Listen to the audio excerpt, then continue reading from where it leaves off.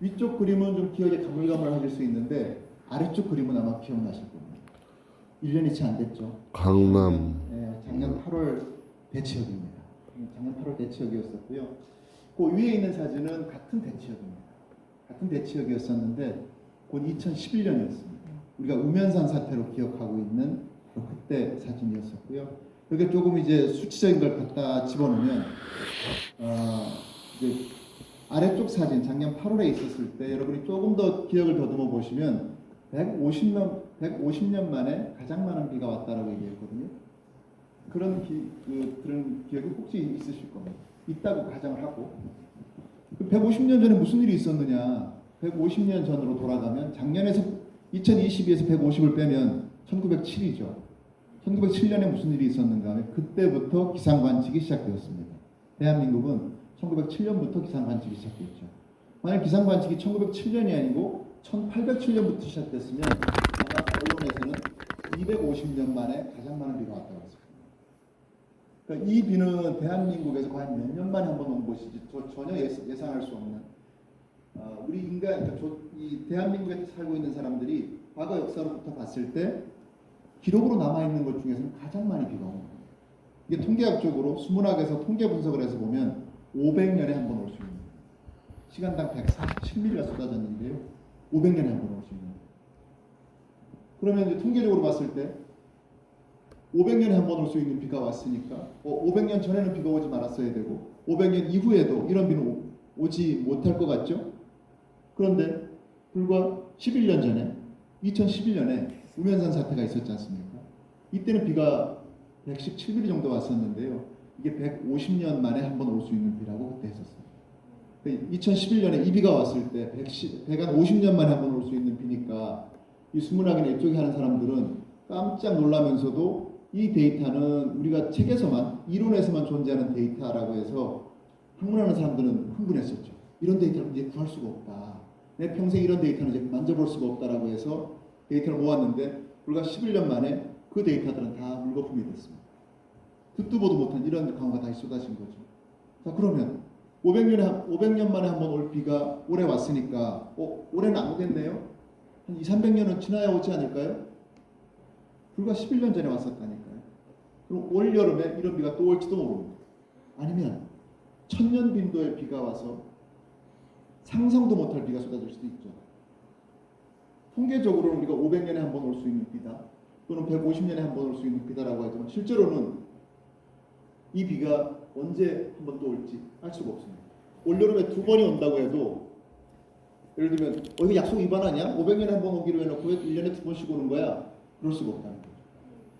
인간이 뭔가 나름대로 똑똑하다고 해서 지금은 AI가 운전도 사람보다 운전도 잘하고 바둑도 잘 두고 이러지만 아무리 예측을 수가 없어요. 그래서 여기 계신 이분이 여기 있는 이 사람이 다음에 어떻게 행동할지 알 수가 없잖아요. 그래서 인문학이라고 얘기하지 않습니까? 물도 마찬가지입니다. 수공학이나 수리학이라고 표현하지 못하는 이유들이 물론 그런 학문도 있습니다. 계산을 해서 수리학, 수문학, 수공학 이렇게 표현하는 학문도 있지만 여기에서 내리는 비를 다루는 학문은 수문학이라고 할 수밖에 없는 이유들이 인간이 완벽하게 예측해낼 수가 없습니다. 근데 그게 어려움입니다. 많은 슈퍼컴퓨터나 이렇게 해서 예측을 하느라고 하지만 인간의 능력이 요만큼밖에 안 됩니다. 벗어날 수가 없죠. 또 우리가 결국 수문학이라고 해서 인간이 다룰 수 없는 영역이 있구나 라고 남겨놓는 거죠. 근데 그게 점점점 이제 우리가 알고 있는 통계적인 지식이 점점 얕아지고 우리의 존재가 점점 미약해지고 있죠. 그 이유들은 기후변화라는 것 때문에 점점 여기 있는 분들도 관심 있는 기후변화 때문입니다. 이런 그림들 많이 보셨죠. 단골 그림이 이제 이런 그림도 하나 나타나고 그다음에 여기 이제 북극곰이 항상 같이 나타나요. 콤비가 북극곰이잖아요. 북극곰이 조그마한 얼음 위에 올라가서 이제 어쩔 줄 몰라 하는 그 그림 거의 세트로 나타나죠. 기후변화 때문에 북극에 있는 얼음이 녹고 있다. 이렇게 나오는 이 그림입니다. 그럼 저렇게 그리고 이제 이어서 나오는 게 저 북극에 있는 얼음이 다 녹으면 바닷물 수위가 높아져서 낮은 곳에 있는 지대가 낮은 섬은 물에 전부 잠길 거야 이런 얘기도 하지 않습니까? 이 얼음이 북극에 있는 이 얼음이 녹으면 수위가 올라갈까요? 우리 가끔씩 그런 경우 있죠. 당연하다고 생각했는데 당연한 그 질문을 누가 훅 들어오면 정말 그런가? 제가 질문을 하기 전에는 이 그림을 보면서 저 북극에 있는 얼음이 다 녹으면 바닷물 수위가 올라가겠구나라고 생각하고 있었는데 제가 질문으로 훅 수위가 올라갈까요? 그랬더니 안 올라가? 올라가는 거 아니야? 이렇게 풍덩풍덩 빠지는데 그 수위가 올라가야 되는 거 아니야? 라고 이제 갑자기 주춤해지죠. 주춤하지 마시고 있는 그대로 생각했던 그대로 수위 올라갑니다. 수위 올라간다. 네. 이쪽 분단 올라갑니다. 오랜만에 양쪽 분단 같은 의견이 나왔습니다. 두 분단 모두 틀렸습니다. 네. 이 얼음은 다 녹아도 여기 보이는 이 어마무시한 얼음이 다 녹아도 수위는 전혀 올라가지 않습니다. 여러분 좋아하시는 아이스 아메리카노 얼음을 소복하게 담아주잖아요. 그거 다 녹으면 컵이 넘치나요? 안 넘치지 않습니까? 우리는 배울 때 물이 얼음이 되면 한 10% 정도 부피가 늘어난다고 배웠었죠. 부피가 늘어나니까 늘어난 부피만큼 위로 올라오는 거거든요. 이게 바로 빙산의 일각이잖아요. 녹으면 그대로 다시 내려갑니다. 여기 있는 북극의 얼음은 다 녹아도 해수면하고는 전혀 상관없습니다. 아이스 아메리카노에 있는 얼음하고 똑같습니다. 근데 우리는 왜 이걸 걱정할까요? 이 녹는 거에 대해서? 더워지니까. 네. 더워지니까요. 얼음이 녹으면서 더워져서 얼음이 녹는 건가요? 아니면 얼음이 녹아서 더워지는 건가요? 지구 온난화 때문에 북극이 녹아서 이제 북극이 녹으면 북극 곰도 죽게 되고 네. 기후도 점점 악영향을 미쳐 인류에게 피해를 주기 때문에 그렇습니다. 맞습니다. 네. 우리가 알고 있는 것처럼 얼음이 녹으면 아까 보신 그 그림이 되는 거죠. 그럼 우리는 점점 얼음이 녹으면서 지구가 점점 더워지고 많은 문제들을 기후변화를 가져온다니 그 얘기를 하지 않습니까? 이 그림이에요. 잘 안 보이실 텐데 왼쪽은 1975년이고요. 오른쪽은 2020년. 한 30년 동안, 한 40년 정도 되죠. 북극의 얼음이 어느 정도 바뀌었는가를 나타내는 거예요. 여기 하얀 것들은 이제 위에는 1979년, 아래는 2021년. 얼음에 하얀 게 얼음이에요. 얼음피가 점점 작아지죠. 얼음피가 작아졌어요. 근데 수위는 높아지지 않는다 그랬어요. 그럼 왜 수위가 높아지지 않는가 하면 북극은 아이스 아메리카노하고 똑같다고 그랬지 않습니까? 근데 실제로 남북극의 얼음이 다 녹으면 지구의 해수면은 한 60m 정도 높아질 거라고 예상을 합니다. 그러면 이거 뭔가 안 맞잖아요. 뭐가 녹으면 해수면이 높아지는가 하면 남극에 있는 얼음이 녹으면 해수면이 높아져요. 그 북극하고 남극하고 다른가요? 여기서 급 퀴즈. 북극에 살고 있는 동물은 뭐죠? 북극곰. 남극에 살고 있는 동물은 펭귄. 펭귄. 이 둘은 만날 일이 없죠. 동물원에서 만납니다. 동물원에서 만나지만 만날 일이 없죠. 자, 그럼 만약 이 둘을 지구상에 살고 있는 동물 중에서 정말 극한 환경에서 살고 있는 애들이잖아요. 얘 둘이 혹한기 훈련을 떠났어요. 이 둘이. 어떻게 이게 가능해요? 북극하고 남극에 있는데. 가정을 하자는 거죠. 가정. 자, 북극곰하고 펭귄하고 둘이 혹한기 훈련을 떠났는데 누가 이길까요? 1분 날. 누가 이길까요? 둘 중에 하나입니다. 북극곰이냐? 펭귄이냐? 복화술로 하시면 제가 못 알아듣. 펭귄? 이쪽은요? 펭귄? 이쪽이 펭귄을 선택했으니까 저는 펭귄이 아닌 북극곰. 좋습니다. 아까 똑같은 전략을 쓰셨습니다. 이번은 그 전략이 주요하지 않았습니다. 펭귄이죠. 네. 그 이유는 우리는 남극하고 북극이 온도가 똑같은 것 같잖아요. 굉장히 추워 보이는데 굉장히 추운 건 맞습니다. 굉장히 추운 건 맞는데 남극하고 북극은 온도 차이가 있습니다. 남극부터 얘기할까요? 가장 여름에 겨울에 추울 때 영하 60도, 50도 정도까지 떨어집니다. 근데 북극은 영하 35도에서 40도 정도까지만 떨어집니다. 한 15도 정도 차이가 나죠. 북극하고 남극하고 우리가 배웠던 걸로 보면 받는 태양에너지는 똑같은데 왜 북극은 35도밖에 안 떨어지고 남극은 영하 50도까지 떨어질까? 여기에 차이가 북극하고 남극의 우리가 보기엔 똑같은 얼음으로 보이지만 약간 다릅니다. 북극해라고 들어보셨죠? 북극 대륙 들어보셨어요? 남극 대륙 들어보셨어요? 남극해 들어보셨어요? 네, 여기에서 좀 북극해는 분명히 들어봤는데 북극 대륙은 들어본 적이 없죠. 네, 북극엔 대륙이 없습니다. 우리가 보기에는 위성 사진을 보면 북극에도 하얗게 이렇게 눈으로 덮여 있는 것 같고 남극도 덮여 있는 것 같지만 북극은 단지 바다 위에 얼음이 떠 있을 뿐입니다. 그래서 빙하라고 얘기하고 빙산이라고 얘기하고요. 얘는 가라 녹으면 그냥 물속으로 다 빠져듭니다. 얘는 아무리 녹아도 아이스 아메리카노 얼음처럼 해수면을 높이지는 않습니다.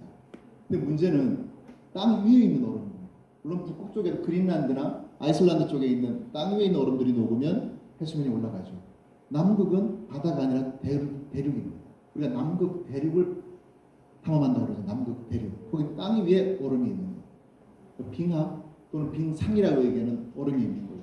얘가 녹으면 땅 위에 있는 얼음이 바다로 들어가니까 해수면이 높아질 수밖에 없죠. 우리가 배웠을 때 아까 비열 말씀하셨는데 물은 지구상에 있는 물질 중에서 비열이 가장 큰 물질입니다.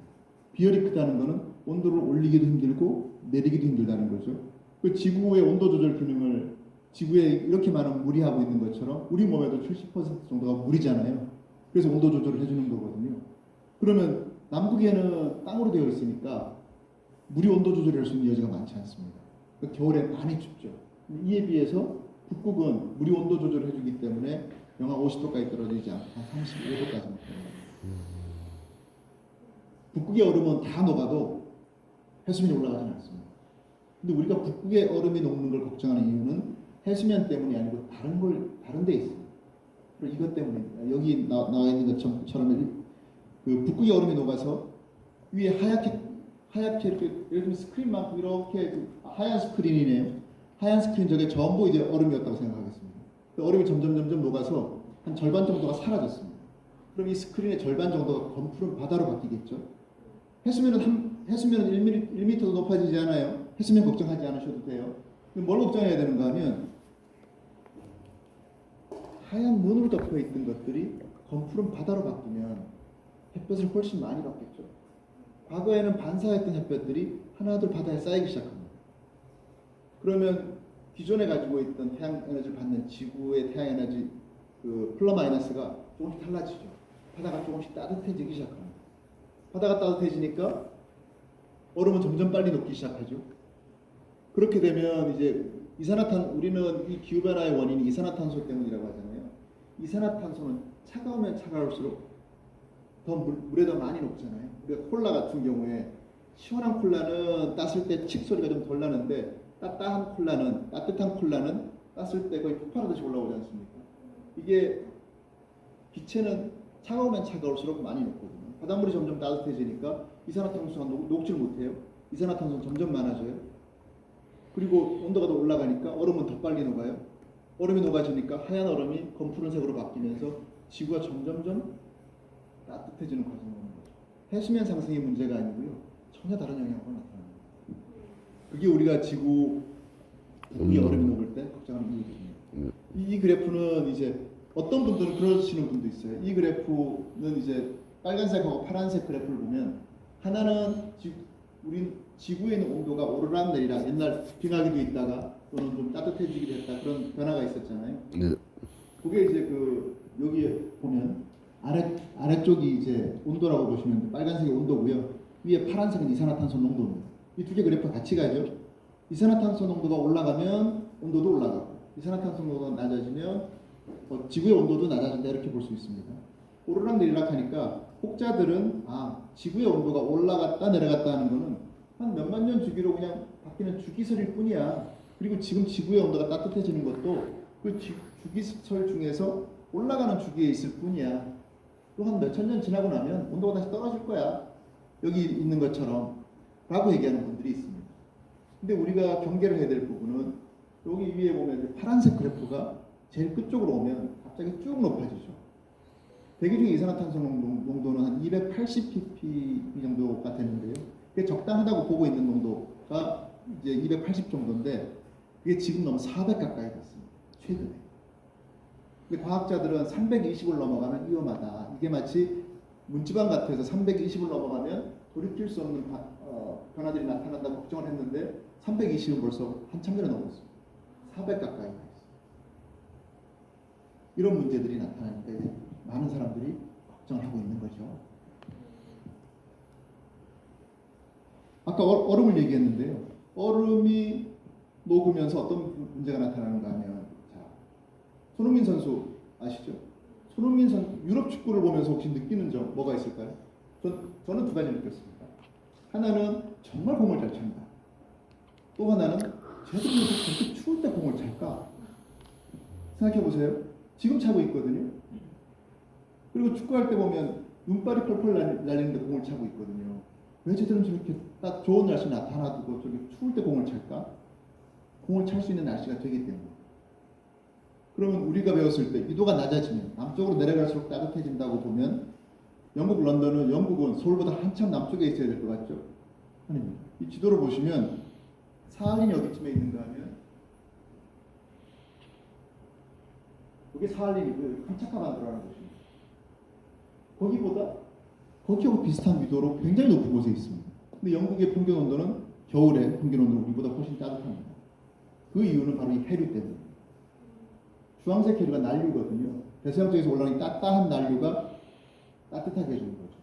그리고 다시 돌아서 아이슬란드나 그린랜드 앞에서 차가운 바닷물이 무거워져서 밑으로 내려가면서 이걸 순환을 만들어주는 겁니다. 이렇게 순환을 만들어주고 있었는데 북극이 점점 따뜻해져요. 이 물은 우리가 배웠던 기억, 아까 뭐 비중이나 여러 가지 얘기했었는데 물은 4도씨일 때 가장 무겁잖아요. 그럼 이제 차가워진 물이 무거워져서 밑으로 내려가 줘야 되는데 얼음이 녹으면서 물이 따뜻해졌으니까 이 따뜻해진 물이 밑으로 내려갈 수가 없죠. 과거처럼 밀어내는 게 밀어내지 못하는 겁니다. 그럼 가만히 멈춰 있으니까 지금 여기에 보이는 이 화살표들이 돌아다니던 것들이 속도가 느려지죠. 흘러가던 게 흘러가지 못하고 빨리 흘러가던 것들이 빨리 흘러가지 못하고 어디엔가 쌓이고 이런 것들이 생깁니다. 이게 뭘로 이어지는가 하면 우리가 이제 뭐 엘니뇨다, 라니냐다 했던 어디선만 들어봤는데 이게 뭔지 정확히 몰랐던 그건 앞에 그림하고 이제 연결시켜 보면 좀 이해가 될 텐데요. 앞에 그림으로 넘어가기 싫어하니 이걸로 이제 마무리하겠습니다. 자, 아메리카 대륙에서 바람이 잠깐 가야 될 것 같습니다. 여기가 아메리카 대륙 페루가 여기쯤에 있죠. 이 해류가 이렇게 흘러가서 인도네시아나 호주 쪽으로 따뜻한 바닷물을 보내야 되는데 이 흐름이 약해져요. 그럼 어떻게 되는 따뜻한 바닷물이 아시아 쪽으로 못 옵니다. 인도네시아 쪽으로 오지 못하고 멈춰 있는 거죠. 그럼 그 뒤에서 이어지는 반응들이 뭐가 되는가 하면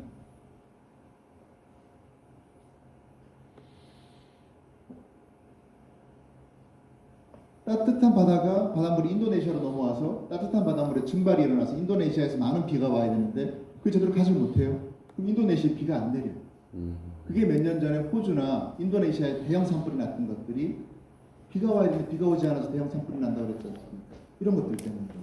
그러니까 북극에서 나타나는 것들이 거기서 멈추지 않고 해류 흐름을 바꾸면 지구 전체 물 흐름을 온도를 바꾸고 기후를 바꾸는 이런 이제 문제들이 생기는 거죠.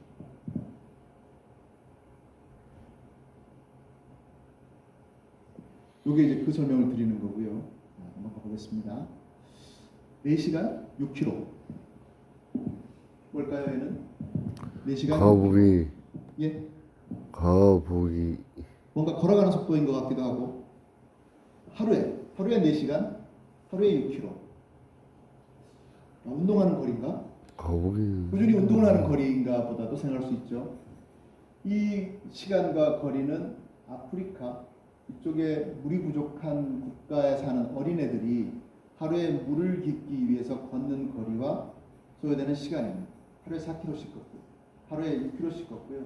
4시간 정도를 소비합니다. 하루에 4시간을 물을 깃기 위해서만 가는 겁니다. 근데 여기에서 이 그림에서 보시면 물을 깃는 건 참 아이러니하게도 물을 깃는 건 동양이든 서양이든 어디든 여자 일입니다. 남자 굉장히 힘든 일이고 고된 일인데 남자는 이 일을 잘 하지 않습니다. 우리나라도 그랬고 다른 나라도 마찬가지입니다. 여기 보시다시피 여자아이들이 물을 들러 갑니다. 그럼 학교를 가야 되잖아요. 학교를 가야 문맥을 떨쳐내고 교육을 받아야 취업을 하고 가난을 떨칠 수가 있는데 남자아이들은 학교를 가지만 여자아이들은 물을 길러야 되니까 하루에 4시간씩 물을 길러야 되니까 학교에 갈 수가 없어요. 더 심각한 거는 이 4km가, 이 6km가 여기서 멈추지 않고 점점점 멀어진다는 거예요. 멀어지는 걸로 끝나는 게 아니고 없어질 수도 있죠. 그러면 이 여자아이들은 점점 멀리 갑니다. 4시간을 걷던 게 5시간을 걷고 점점 외진 곳으로 가고 그러다 보면 물은 정해져 있고 그 물을 원하는 부족들은 많아지고 그리고 이웃 간에 분쟁이 생길 수밖에 없지 않습니까? 그럼 상대편의 가장 약한 곳을 공격합니다. 이게 어딘가 하면 물 길러가는 아이들을 공격합니다.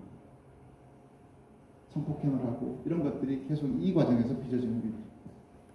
좀 안타까운 일들이죠. 우리나라로 한번 볼까요?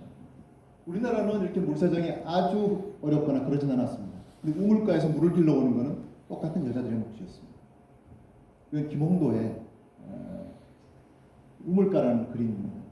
이 그림을 보면 그림이 좀 잘 어떤 장면으로 연상이 되세요? 그림을 좀 이해를 도와드리면 어제 밤새 술을 마신 것 같아요. 사내는 그리고 갓근도 뒤로 넘겨놓고 그리고 우물가에 와서 이제 물을 얻어 마시고 있습니다. 자세히 이제 좀 그림을 보시면 저는 김홍도라는 이 사람이 정말 그림 천재라는 게 붓 하나로 그린 거잖아요. 근데 그 붓 하나로 점을 찍었는데 그 눈빛 하나하나가 작업하는 추근거림의 눈빛하고 약간 부끄러워하는 눈빛, 약간 그 미워하는 눈빛 이런 게 너무나 잘 나타나 있습니다. 그 바가지를 건네는 여인의 약간 수줍은 모습, 작업 거는 남자의 눈빛, 그 뒤에서 약간 그 나이 든 아주머니의 그 경멸스러운 눈빛 너무 잘 나타나 있습니다. 이 우물가는 이제 이것뿐만이 아니고 우리에 보면 이성계나 태조 왕건 이런 사람들이 건국할 때 왕비를 맞은 설화를 보면 전부 우물가에서 인연이 맺어집니다. 말을 타고 가다가 목이 말라서 우물가에 들렀는데 물 한 바가지 달라고 그랬더니 그냥 물을 주지 않고 나뭇잎을 띄우죠. 나뭇잎을 왜 띄웠냐고 물었더니 급하게 마시면 체할까 싶어 나뭇잎을 띄웠으니 풀어가면서 드십시오라고 똑같은 멘트를 얘기합니다. 이게 누군가 하면 이성계의 왕비가 된 사람하고 태조 왕건의 왕비가 된 사람이 둘이 똑같은 대사를 합니다. 그 이후에도 조금 연세드신 여기 있는 사람들은 잘 모르겠지만 우물가에 대한 가요를 들어봐도 우물가는 다 작업의 장소고 낭만의 장소. 실제로 우물가는 절대 낭만의 장소가 아닙니다. 지금 여기 있는 물통은 무게가 얼마 정도 될 것 같으세요? 그때 당시 한 말들이었거든요. 한 말이면 한 18리터 정도 됩니다. 그럼 18kg 정도 되죠. 이 돈 무게까지 하면 20kg. 20kg를 계속 이고 다녀야 되죠. 말하는 게 아니죠. 근데 그걸로 끝나는 게 아니고 한 번으로 끝나는 게 아니죠. 3번, 여러 번. 이렇게 하다 보면 결국 그게 다 노동이 됐었는데 물은 근데 이렇게 귀하게 물을 얻었으면서 우리가 가지고 있는 물에 대한 생각은 굉장히 허드렛. 아까 제가 물박사라는 얘기를 했던 것처럼 우리가 쓰는 말 중에 물 들어간 거 한번 생각해 보시겠어요? 물박사. 물 먹다. 또 이제 분단으로 나눠져서 헛물 켜다. 물 건너가다. 물에 물 탄다. 물이 들어갔는데 좋은 말이 있으면 한번 생각해 보실래요? 제가 찾은 거는 없었거든요. 물이 오르다가 있기는 하나 물 좋다도 있죠. 이건 약간 중의의 의미가 있기 때문에 별로 좋은 말이 없어요. 만물을 조화롭게 본다면 이롭지 않을까요? 상선약수를 말씀하셨습니다. 만물을 이렇게 하는 이런 그 물에 대한 철학도 있지만 대부분 우리가 가지고 있는 생각은 물에 대해서는 그게 중요하지 않다고 생각하는 게 대부분이고요. 그게 우리가 역사 속에 가장 희대의 사기꾼, 가장 그 사기 여기 계신 분 봉이 김선달 들어보셨어요?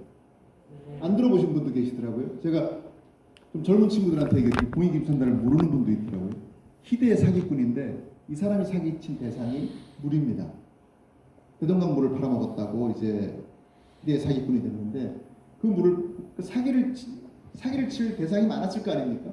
근데 우리 조상들은 물을 사기를 친 걸 가지고 가장 말도 안 되는 사기를 쳤다 하고 갖다 놓은 게 물이었습니다. 돈으로 주고 살 게 전혀 없는 일인데 이걸 돈으로 샀으니까 이걸 돈을 받고 팔았으니 희대의 사기꾼이다 이렇게 표현한 거거든요. 우리가 물을 어떻게 생각하는지에 대해서 이제 알 수 있는 대목이라고 볼 수 있죠. 자 이제 근데 우리가 이제 물에 대해서 느낄 때 우리는 물이 부족하다고 느끼지만 사실은 부족하게 쓰지 않죠. 우리는 물 부족 국가이다. 유엔이 정한 물 부족 국가이다. 대한민국은 유엔이 정한 물 부족 국가이다. O, X. O일까요? X일까요? X. X. 여기도 X입니까? X. 문단이 통일을 받습니다. 우리나라는 유엔이 정한 물 부족 국가는 아닙니다. 그럼 유엔을 빼겠습니다. 우리나라는 물 부족 국가이다. X. 토지일관 X 쪽은 우리나라는 물 부족 국가는 맞습니다. 다만 여기서 이제 유엔이 정한을 빼면 맞는 말이죠.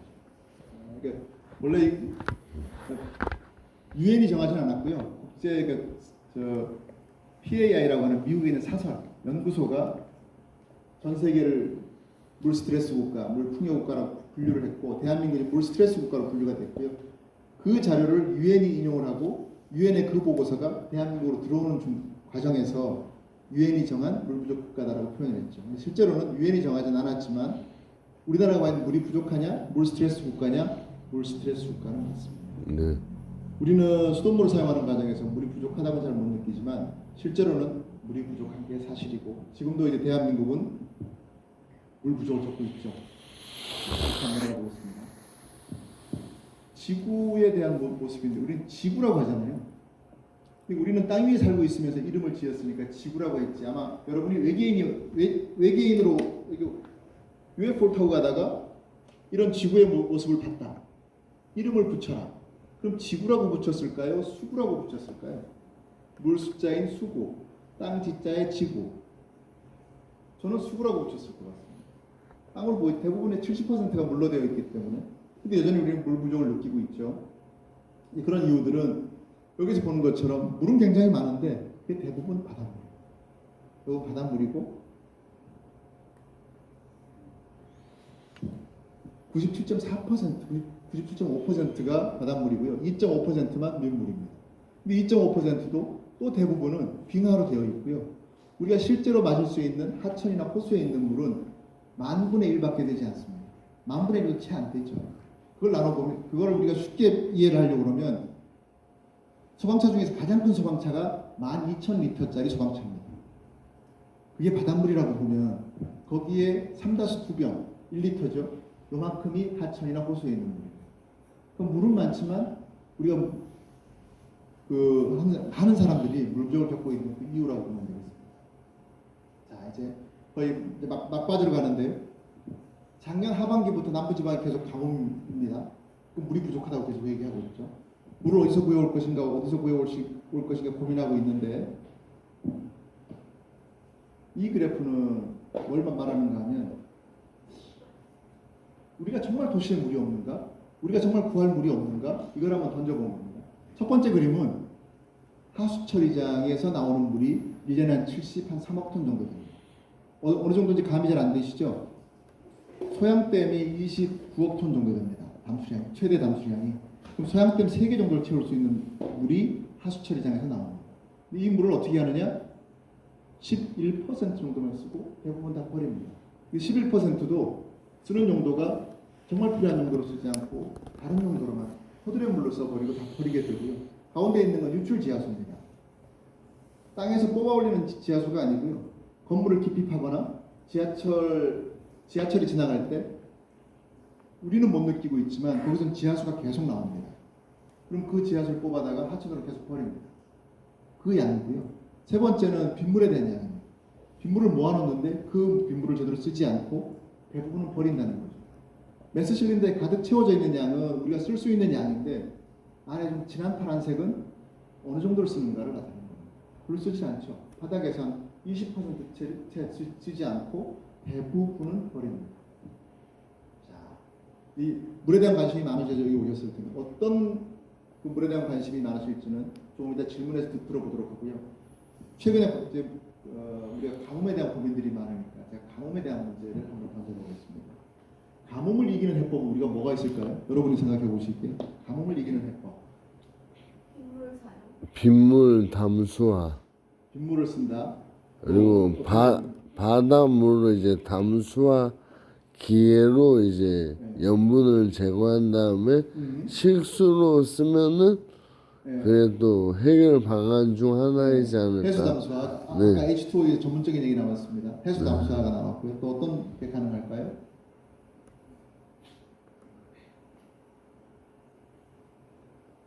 갸웃하셨는데? 네. 예.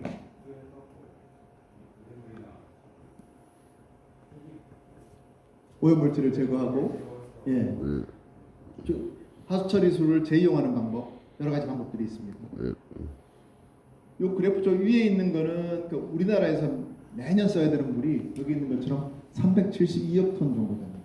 아까 소양댐이 29억 톤이라고 했으니까 370이 나누기 29라면 몇 개 정도 될까요? 소양댐 한 두세 개 정도를 이제 매년 물을 쓰는 거죠. 372억 톤 정도를 쓰는데 물을 가장 많이 끌어오는 데는 댐이나 호수입니다. 한 60%를 호수에서 끌어오고요. 하천에서 한 31%를 끌어오고 지하수에서 나머지 한 11%를 끌어옵니다.